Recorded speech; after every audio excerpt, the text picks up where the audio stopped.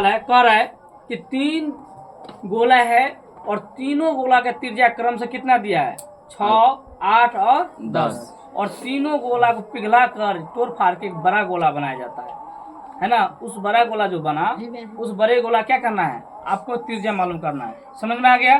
जिस प्रकार से एक कोई महिलाएं जो है ना, एक कोई महिलाएं देखिए जब आप रोटी बनाती है कि नहीं, उसको रोटी बनाने से पहले क्या कर आटा को क्या कर गूंथता है या गूंथती है। उस समय क्या करता है उसको क्या बोला जाता है जी, रोटी बनाने से क्या उसको गोल किया जाता है और जब उसको मिर्गिया या तामस चढ़ता है तो क्या तोड़ फाड़ क्या किया बड़का रोटी बना देता है। इसी सारे को तोड़ फाड़ क्या बना गया एक बड़ा गोला बनाया गया। इस बड़े गोले का कार्य त्रिज्या मालूम करें। फिर से सुनिए, 3 अलग अलग गोला है और तीनों गोला का त्रिज्या क्रम से दिया है 6, 8 और 10 और इस तीनों को तोड़ के एक क्या बनाया गया है एक बड़ा गोला बनाया गया। तो कह रहा इस बड़े गोले का त्रिज्या मालूम करना है। समझ में आ गया ना। तो देखिए ये है पहला गोला, ये हो गया आपका दूसरा गोला, ये आपका क्या हो गया तीसरा गोला। समझ गए आप लोग। तीसरे गोले का आदमी है कि नहीं। ये हो गया R1, ये हो गया R2 और ये क्या हो गया R3। अब बोलेंगे सर R1 R2 R3 क्यों, क्योंकि तीनों का त्रिज्या क्या है अलग अलग है, इसलिए हमको देना पड़ा याद रहने के लिए। तो R1 का वैल्यू दिया है 6 सेंटीमीटर, R2 का वैल्यू दिया 8 सेंटीमीटर और R3 का वैल्यू कितना दिया है 10 सेंटीमीटर और इसका आपको निकालना है, यही निकालना है आपको। समझ में आ गया। ये लिखेंगे चूंकि तीनों गोले का त्रिज्या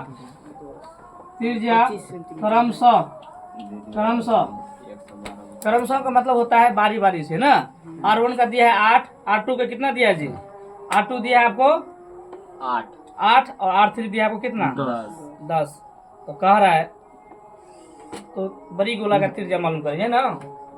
चलिए देखिए, तो R1 हो गया आपका कितना, R1 हो गया 6 सेंटीमीटर, R2 हो गया आपका 8 सेंटीमीटर और R3 हो गया 10 सेंटीमीटर।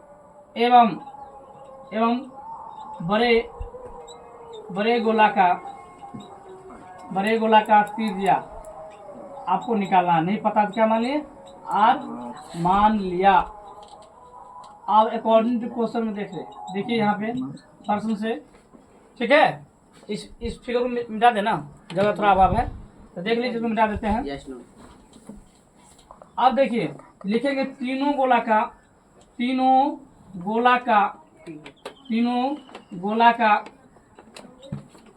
का आयतन का योग बराबर बड़े गोले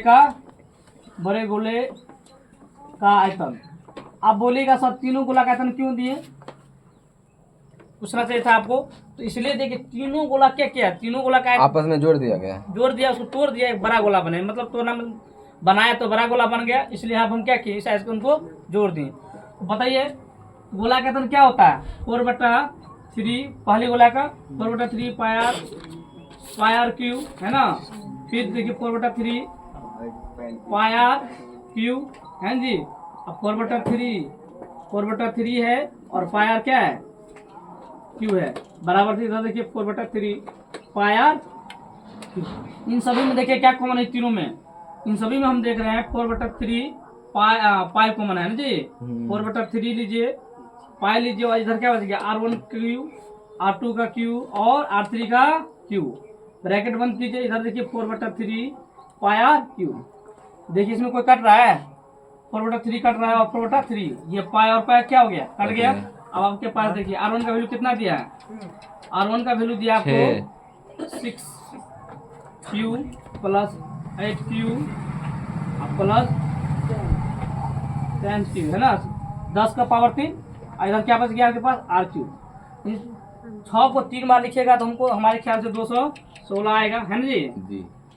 8 को 3 बार लिखिए गुना कीजिएगा तो 512 आएगा और 10 को 3 बार लिखिएगा तो कितना आएगा 1000 आएगा। इन सभी को जोड़िए कितना आता है, इन सभी को जोड़िए तो कितना आता है, कितना आ गया 5 और 2 7 और 16 और 12 कितना 28, 1728 आएगा। कितना आएगा 1728 CM क्यूब बराबर हो गया R क्यूब। इसीलिए आर क्यू बराबर है 1728 CM क्यू। आप देखिए आर क्यू, इसको तोड़िए, 1728 को लघुत्तम निकालिए या गुणनखंड कीजिए। देखिए यहाँ पे 1728 तोड़िए तो 8 दूना 16, 6 दूना 12, 4 दूना 8, फिर 2 से दीजिए, 4 दूना 8, 2 तिहाई 6, 2 दूना 4, फिर 2 से दीजिए, 2 दूना 4, 2 एकान 2 और 6 दूना 12, फिर 2 से दीजिए, 2 एकान 2, 8 दूना 16, 5 दूना 10, 4 दूना 8, 2 दूना 4, 7 दूना 14, फिर 3 से दीजिए, 9 तिहाई 27, 3 तिहाई 9।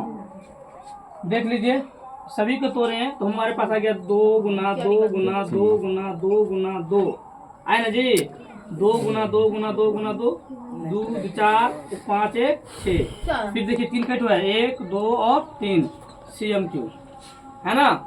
तो आर पावर क्यों हो गया इधर, 2 पे पावर कितना, 2 पे पावर आपका हो गया 2 गुना 3 पावर कितना हो गया, इसके पावर कितना हो गया 3, ये 3 और 3 क्या हो गया, कट गया। तो आर पावर कितना बच गया पास, 2 दूना 4, 4 तिहाई 12। तो बड़े गोला का त्रिज्या कितना हो गया बाबू, बड़े गोला का त्रिज्या आपको 12 सेंटीमीटर आ गया। यही आपका आंसर हुआ। अगर अच्छा लगा तो लाइक कीजिए और कमेंट तो जरूर कीजिए।